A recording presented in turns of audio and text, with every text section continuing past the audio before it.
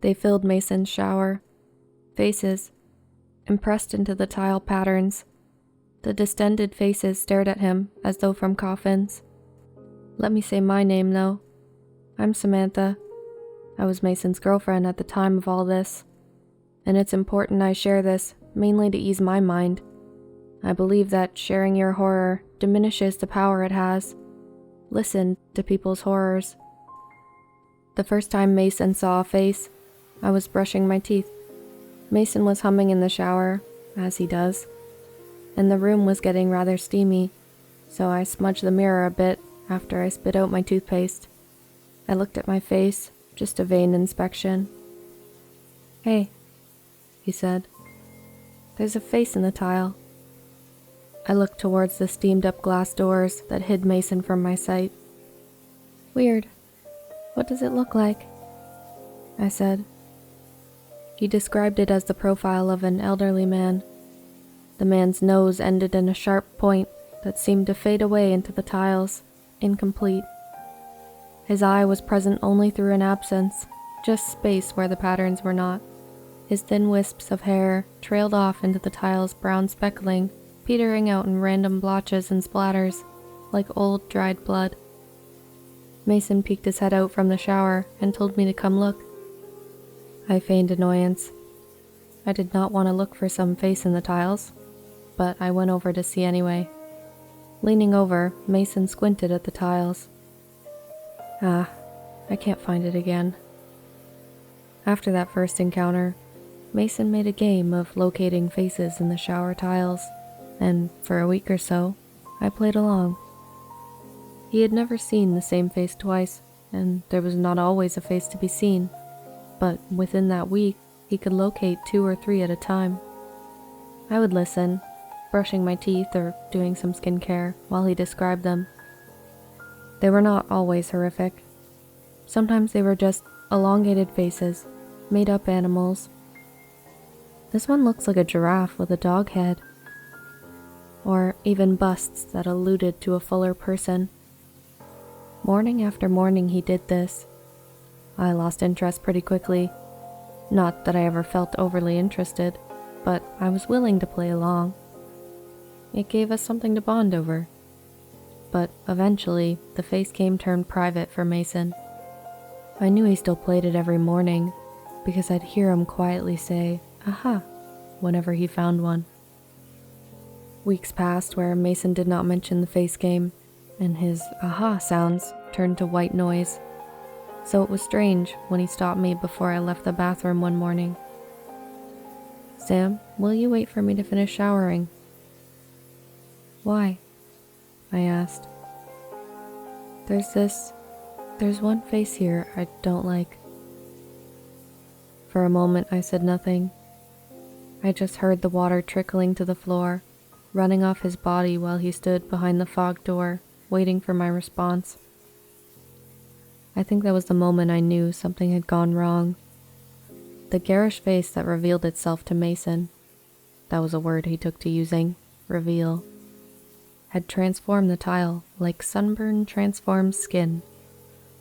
The natural patterning of the tile appeared wrong to him. Rather than the usual splotches and speckles, this broken face yawned open with jagged lines of pain that creased across the faintly visible eyes. The eyes were 2 blank spots, tan patches surrounded by dark brown, a knotted ear, a hairless head, a gaping mouth, and the absence of a tongue. After he described it, he added in, "It takes up 4 tiles, Sam," as if that was some significance. For a little more than a week, Mason ended the face game by buying a waterproof case for his phone. With a suction cup, he mounted it on the wall and decided to catch up on the news whenever he showered. If he heard the weather, we would discuss what we should wear. If he saw them prepare meals, we would consider our dinner options. If he saw crime reports, we both listened with voyeuristic interest. The routine felt normal. Until they announced a missing person report. "What we are going to show you is a graphic scene," the news anchor said. "If you have children watching, we advise they turn away. I put down my face wipes and opened the shower so I could see the report. We both listened with rapt attention. A scene began to roll of a man walking around his house, a home security system recording him. Colin Rogers was at his home preparing to leave for work when an intruder broke in.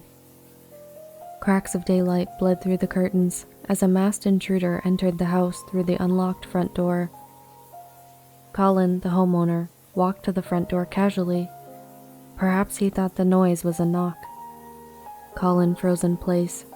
The intruder held out a gun. With his hands up, Colin walked down a hallway and toward a closed door. He opened it up, and the intruder followed in behind him and shut the door, sealing off the view. A gagging noise and a muffled gunshot sounded from behind the closed bathroom door. Footage of the closed door rolled a few seconds longer, then stopped. Police were unable to identify the armed intruder. If you have any information that can lead to the arrest. Mason hastily closed the news stream, went to the web page, and played the video again and again. He did not recognize the intruder's face, but he swore he recognized Colin. The next day, Mason came over to me while I was on my laptop. He sat down beside me on the couch. "I need to show you," he said. He pulled out his phone and scrolled through the photos while I waited. "Here, look, you see?" I looked at the photo, looked at Mason. His eyes were so dark. Then looked back at the photo. It was a side-by-side comparison of Colin from the news report and the face in the shower. I saw no face. Afraid to look him in the face, afraid he would see my disbelief, I looked toward the floor while I handed back his phone. "I mean, I understand how you could see a face there," I started. The wrong thing to say. Those words to him were a denial of the mutual reality we held. Until that moment, I had never hinted at my dislike or disbelief in the face game. "You think I'm making this up? You think the faces aren't there? Our brains have this way of making faces where there are none. Pareidolia." I typed it into Google quick and started to turn my laptop towards him. "There's plenty of examples." He pushed the laptop screen away, avoided looking at it. "But it means something," he said. "How is it just coincidence that I see a murder victim in the shower wall?" He looked away, looked at the living room wall. "You remember that huge face I told you about?" I nodded. He pointed to his phone. "It was Colin. I bet he's there still." He started walking toward the bathroom, then turned around, noticed I was not following him. "Come on, you'll see." Reluctantly, I followed behind. Was that the wrong thing to do? Was there even a right thing? Tile, more tile, brown patterning, a smudge kind of like a cloud, but just a smudge. Nothing. "I bet." He paced around the bathroom, then stood still and started to take his shirt off. "I bet they only appear when the shower is on. I need to be in the shower. I put my hand on his shoulder and he stopped. Looked down at the shirt on the floor, looked at the shower.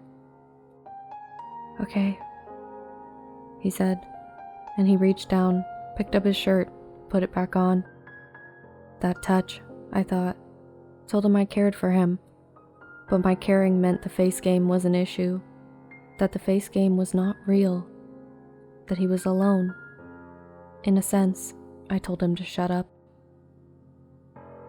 "Yeah, they can come over," Mason said. "You'll play charades with us?" "Yup." Then he looked me in the eyes. "And drink." That last part almost made me reconsider this whole night. Mason had shut himself away from me. He started showering earlier in the morning, multiple times a day even. He started working from home, because the company was changing. I think he just wanted to be closer to the shower. Whenever I heard the shower running, I would drink a glass of wine. It became my own private game. I just needed a way to cushion myself from the noises he made. Some days he would cry, laugh, or just be silent while the shower ran. It all frightened me. To break him out of that cycle, I decided to invite over some of our friends. Typically, they were busy, or we were busy, or feigning being busy because Mason did not want the company. There was a knock at the door. It was them. "Let's just enjoy the night," I said. He nodded. I saw his eyes pointing toward the bathroom. I welcomed in Alice, Tony, and Michelle. They each had a bottle of wine they brought. Mason was already in the kitchen, getting glasses. He had not said anything to them. Late into the night, we were all feeling joyful and talkative. Our charades game was progressing sloppily, basically just improv. Tony finished his spider imitation, where he crawled around and wrapped Alice in a blanket. She was playing the role of a very devout praying mantis. And then Michelle took the stage. No one correctly guessed Michelle's performance. I could not exactly say what it was, but she was leaning forward, peering at the wall, laughing and making noises. I watched on blankly. Alice was asleep on the floor, and Tony spouted off guesses like, "mental patient, you're insane, a crazy painter," and so on. A surrealistic feeling came over me. The air took on a thick quality, as if everyone was moving around inside a giant cube of water. I rubbed my eyes, thinking it was just because I was drunk, but the fog stayed.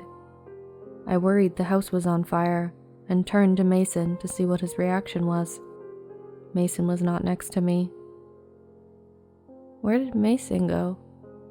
I asked. Tony slurred a response to a different question, one that was not asked, walked into the kitchen and returned with 2 glasses of water. Michelle continued her act. Had she forgotten who she was? And kept stammering and laughing and crying, and I heard the shower running in the distance. In a blink, I was sober. "I think it's time we end this," I said. After a long period of coaxing and prodding, I got everyone into an Uber and on their way home. I wish I had let them stay. Maybe they would still be around. It was 2 p.m. when I woke up. The hangover was tremendous, and I headed right into the bathroom. Mason was sitting on the floor, his head resting on his knees, the shower running. His clothes were soaking wet. "Mason?" I shook him. He groaned, lifted his head, crawled into the shower. "I saw their faces," he said. The water beat down on his back. I could tell it was cold. "There were so many, but I found theirs." I spent my hangover gathering up clothes and other necessities. I called my parents, told them Mason and I were arguing a lot. They agreed I could come stay. Every day for a week, I called Mason. He never answered, and I never stopped worrying about him. So I decided to go knock on his door to ensure he was okay. When I arrived, the house looked different. I noticed the windows were walled off. Something solid blocked them. Smoke rose from the chimney in a steady, misty stream. Mold covered the siding of the house. The door was moldy too, and soggy. I reached out to knock, and my fist slapped against the door, making a mushing sound. Rotted. I could have pulled the door away in chunks if I wanted to get in. It was not locked though, so I gently opened it up. A billow of steam poured out at me, a wall of humidity.